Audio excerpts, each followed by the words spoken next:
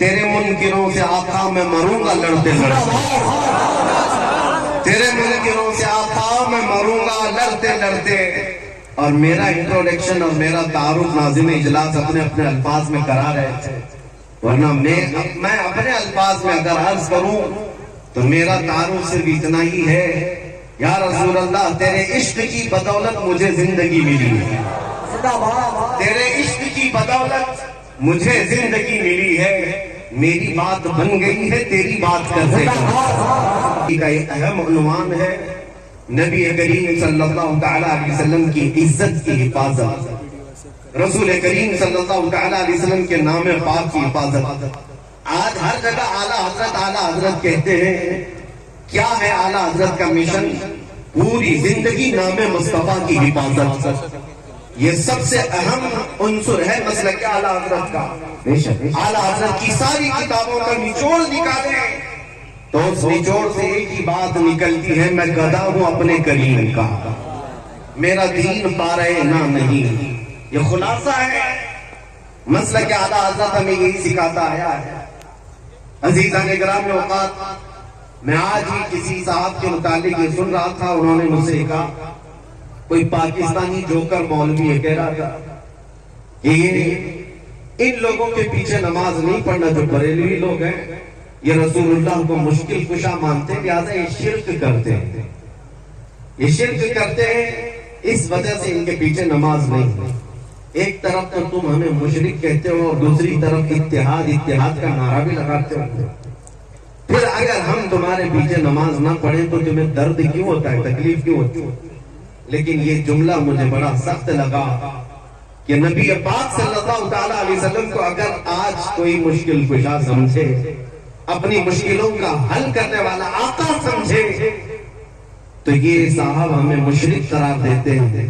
پھر شرف الدین امام بوسیری کے بارے میں تمہارا کیا خیال ہے، جو لغوہ اور فالج کے اثر کے بعد اپنے بستر پر لیٹ کر کے حضور کی بارگاہ میں یوں کہتے ہیں، یا اکرم الخلق مالی من الوذ به سواک عند حلول الحادث العمم ولن يضيق رسول الله جاهك بي اذا الكريم تجلى باسم منتقم۔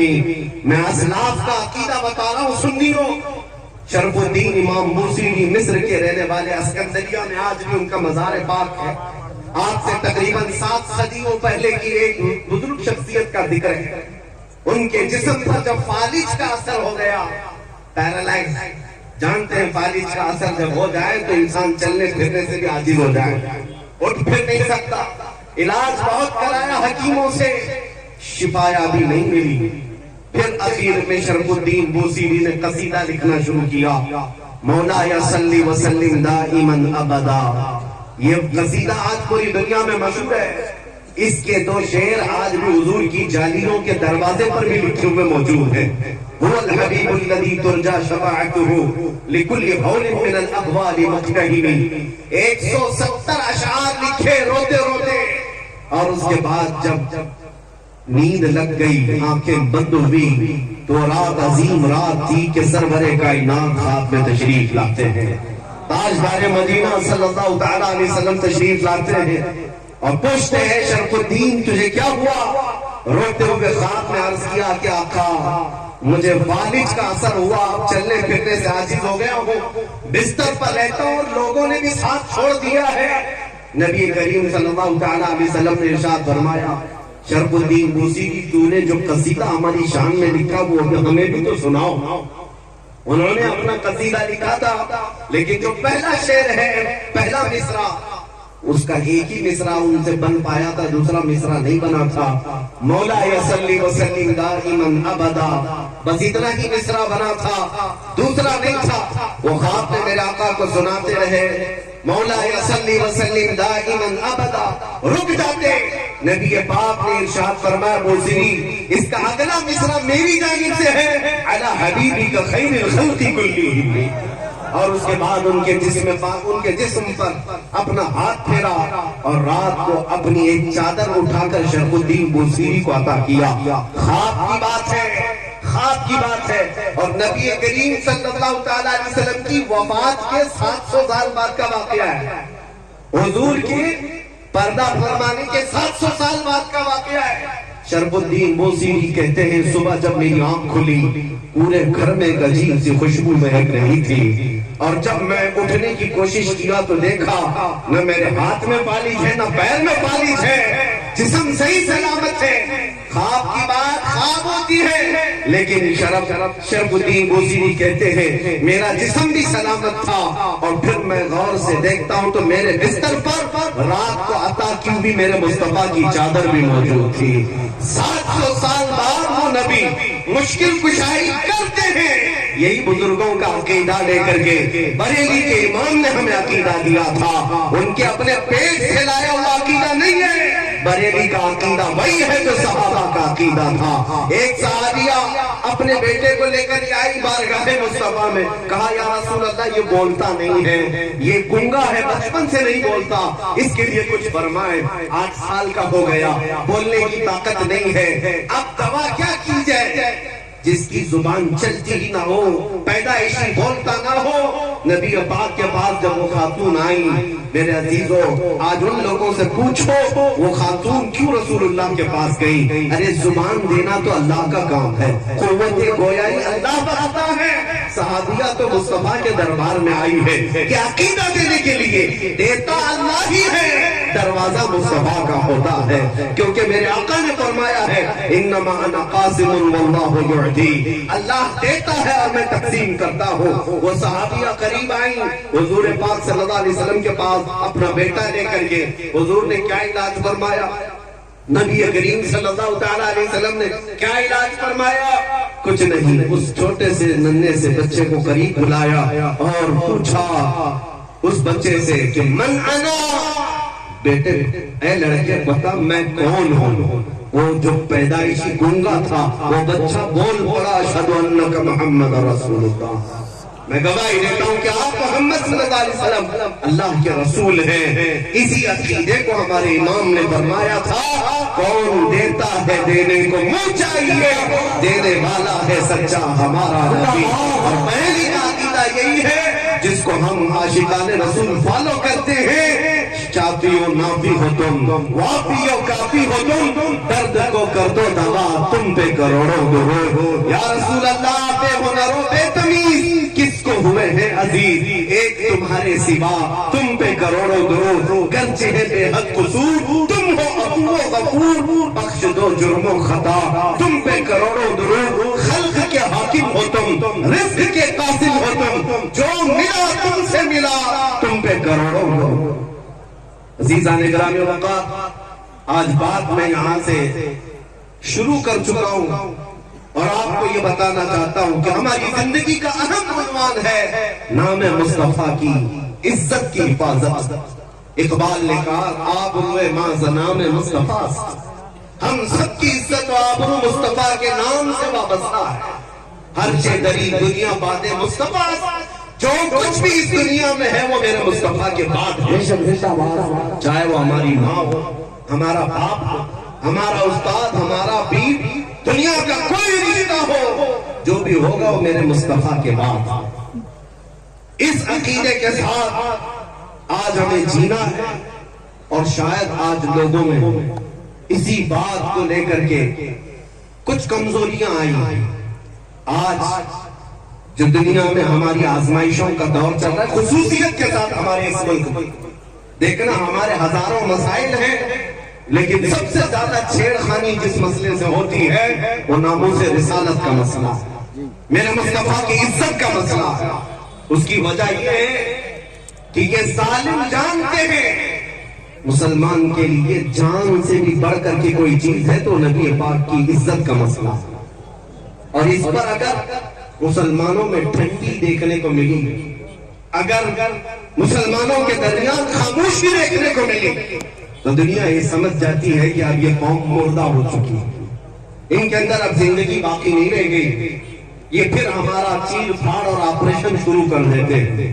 لیکن آج مجھے یہ احساس ہے، میں آپ کو ایک مثال کے ذریعے سے بتاؤں، ایک ڈاکٹر جب آپریشن تھیٹر میں کسی کو لے جاتا ہے، انجیکشن دیتا ہے، سن ہونے کا بے ہوشی کا انجیکشن دیتا ہے، یا گولی کے ذریعے سے یا دوا کے ذریعے سے بے ہوش کرے۔ اب بندہ بے ہوش ہوا ہے یا نہیں کیسے پہچانا جائے؟ اس کو چونٹی کاٹ کر کے دیکھو, کینچی مار کر کے دیکھو, یا اس کا کان کھینچ کر کے دیکھو, اگر حرکت نہیں کر رہا ہے اس کا مطلب ہے بے ہوش ہو گیا ہے. ہمارا چونٹی کاٹنا اس کو پتہ نہیں چل پا رہا, ہمارا اسے ہلانا پتہ نہیں چل پا رہا ہے, اس کا مطلب ہے بے ہوش ہو گیا ہے. اب اس کے بعد دوسرا پروگرام شروع ہوتا ہے, کاٹو اس کو, پھاڑو, چیرو, جو کچھ کرنا ہے کرو جب بے ہوش ہو. اسی طرح سے ان ظالموں نے امت مصطفیٰ کو بے ہوش کرنے کے لیے کئی سالوں سے ایک پلان چلا رکھا ہے. مسلسل تمہیں دنیاوی عیاشیوں میں اس طرح مبتلا کر رکھا ہے کہ ہماری قوم میں سب سے زیادہ نشے کو تقسیم کر رکھا ہے. ہر جگہ, ہر محلہ ہمارا نشہ سے لبریز ہے. ہمارے نوجوانوں میں ایڈکشن, خاص طور پر کئی خطرناک قسم کے نشوں میں مبتلا ہے. پورے ہندوستان کی بات کر رہا ہوں, تمہیں نشہ دے دے کر کے سن کیا جا رہا ہے. اور اس نشہ سے اگر پاگل نہیں ہوا, جو ہیروئن ہے, کوکین ہے, افیون ہے, چرس, گانجا, بھنگ, تو پھر دوسرا نشہ انٹرنیٹ کا دیا گیا. انٹرنیٹ کا بھی ایک نشہ ہے جس کے ذریعے سے تمہاری حالت ایسی ہے کہ 5 منٹ موبائل کو چھوڑے نہیں رہ سکتے. سوشل سائٹس پر آج ایک سروے کے مطابق 24 گھنٹوں میں سے کچھ لوگ 18 گھنٹے استعمال کرتے ہیں. اس کا مطلب ہوا کہ پورا سونے کے علاوہ سارا کام تمہارا موبائل ہے. یہ نشہ ہے اور چھوٹنے والا نہیں ہے. جب یہ نشہ کیوں دیا گیا کہ تم عاری ہو جاؤ, تم سب کے سب ایسے بے ہوش ہو جاؤ کہ اب تمہیں کسی بات کا احساس نہ ہو. اب ٹرائل کا وقت آیا, 10 سال سے نشہ دیا جانے لگا. اب چیک کرنے کا وقت ہے کہ دیکھا جائے کہ بے ہوش ہے یا ہوش میں. اب چیک کرنے کا طریقہ کیا ہے؟ اب چونٹی کاٹ کر کے نہیں چیک کرتے, بلکہ اسلام, قرآن اور ذات مصطفیٰ کی توہین کر کے چیک کیا جاتا ہے کہ یہ ہوش میں ہے یا بے ہوش ہو چکے ہیں. اب یہ سلسلہ شروع کیا گیا. آپ کیا سمجھتے ہیں, کسی ایک کتے کو اٹھا کر کے بھونکنے پر وہ لا کر کھڑا کرتے ہیں تو کیا اس کے اکیلے کی طاقت ہوتی ہے؟ یہ کوفے میں بیٹھے ہوئے بھیڑیوں کی اتنی طاقت نہیں ہوتی ہے. حکومت کی سپورٹ کے ساتھ بڑی بڑی لابیاں ان کے پیچھے, ایجنسیاں ان کے پیچھے ایک گستاخی کرنے کے لیے خریدے جاتے ہیں اور لا کر کھڑے کیے جاتے ہیں, صرف یہ ٹیسٹ کرنے کے لیے کروڑوں مسلمان ہمارے دیے ہوئے نشے میں مدہوش ہو گئے یا ابھی بھی زندہ ہیں. عربوں کو دیکھا, عرب سو گئے. عربوں میں اب کوئی ہوش نہیں ہے. وہاں کوئی گستاخی کرے نہ کرے انہیں کوئی فرق نہیں پڑتا. ان کے پڑوسی ملک فلسطین کو خون میں نہلا دیا جائے انہیں پتہ نہیں چلتا. شام تباہ ہو جائے, یمن برباد ہو جائے, عراق ٹوٹ جائے, جل جائے, عربوں کے کانوں میں جوں تک نہیں رہتی. ان کو ایسا نشہ دیا گیا ہے وہ اٹھ نہیں پاتے. لیکن میں نے ہندوستان اور اپنے بر صغیر کے علاقوں کو دیکھا. 10 سال سے اگرچہ تم نے ہماری قوم کو نشہ دیا ہوگا, چاہے وہ ہیروئن, کوکین, افیون, بھنگ, چرس کے ساتھ یا پھر انٹرنیٹ کی زمین پر پورنوگرافی اور گندی تصویروں کے ساتھ ان کو نشہ میں ایڈکٹ کیا ہوگا, لیکن اب بھی مجھے یہ یقین ہے کہ ہماری قوم مسلم ہندوستان میں پوری مری ہوئی نہیں ہے. اس کی وجہ یہ ہے جب کبھی کوئی کتا کہیں سے بھونکتا ہے ہر محلے سے آواز آتی ہے لبیک یا رسول اللہ. یہ تمہارا لبیک کا نعرہ لگانا اس بات کی علامت ہے کہ یہ قوم ابھی مردہ نہیں ہے, ابھی زندہ ہے. مجھے وہ بات بار بار کہنے پر فخر ہوتا ہے. ممبئی کی سرزمین سے 2 سال قبل جب ایک کتا بھونک رہا تھا, ہم نے اس سے کہا تھا ہم دلی آتے ہیں اور آ کر کے تمہارے ساتھ مقابلہ کریں گے. کہ ہمارے جذبات تھے. لیکن آپ کو میں بتاؤں, رمضان کا موسم ہے, لاک ڈاؤن چل رہا ہے اور اس وقت لوگ باہر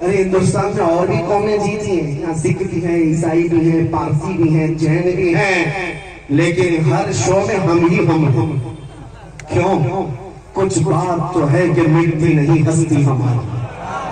اقبال نے کہا ہے کچھ بات تو ہے کہ مٹتی نہیں ہستی ہماری، صدیوں رہا ہے دشمن دورے زمان ہمارا، توحید کی امانت سینوں میں ہے ہمارے، آسان نہیں مٹانا نام و نشان ہمارا، یونان و مصر و روما سب مٹ گئے جہاں سے، باقی مگر ہے اب تک نام و نشان ہمارا۔ کیوں؟ کس وجہ سے ہم سارے ڈیبیٹ کا مدعا بنتے ہیں؟ ساری جگہ پر ہاٹ ٹاپک کون ہے؟ ارے جن کے پاس پوری میجورٹی ہے ان کو بھی جیتنے کے لیے ہمارا نام لینا پڑتا ہے۔ ہمارا نام قوم میں اگر لوگوں کے اندر جذبات بھڑکانا ہے تو یہاں پر لڑانے کے لیے بھی ہمارا ہی نام لیا جاتا ہے۔ میرے عزیزوں، میں یہ سیاسی باتیں نہیں کر رہا ہوں، یہ میں تمہیں احساس دلا رہا ہوں۔ کبھی کبھار کتے بھونک بھونک کر کے تمہیں بتاتے ہیں کہ تم گیدڑ نہیں، تم شیر ہو، رسول اللہ کے شیر ہو۔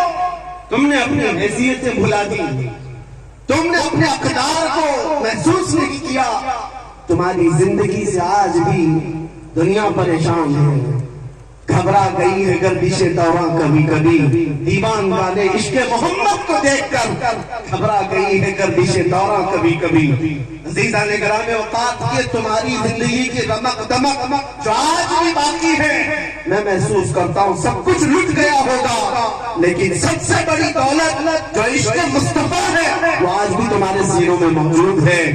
یہ اگر ہے تمہارے پاس تو دوبارہ اٹھ کھڑے ہونے میں کوئی دقت نہیں ہے، ہمارے جمع ہونے میں کوئی دقت نہیں ہے، پھر سے یہ قوم زندہ ہوگی، تابندہ ہوگی اور ہر جگہ پھر پرچم اسلام لہرائے گی۔ ہاں اگر دل سے میرے مصطفیٰ کا نام نکل گیا تو پھر چلتی پھرتی لاشیں ہیں، ان سے کچھ ہونا نہیں ہے۔ یاد رکھو ہماری زندگی میں جو کچھ بھی ہے وہ میرے مصطفیٰ کی برکت سے ہے، وہ جو نہ تھے تو کچھ نہ تھا، وہ جو نہ ہو تو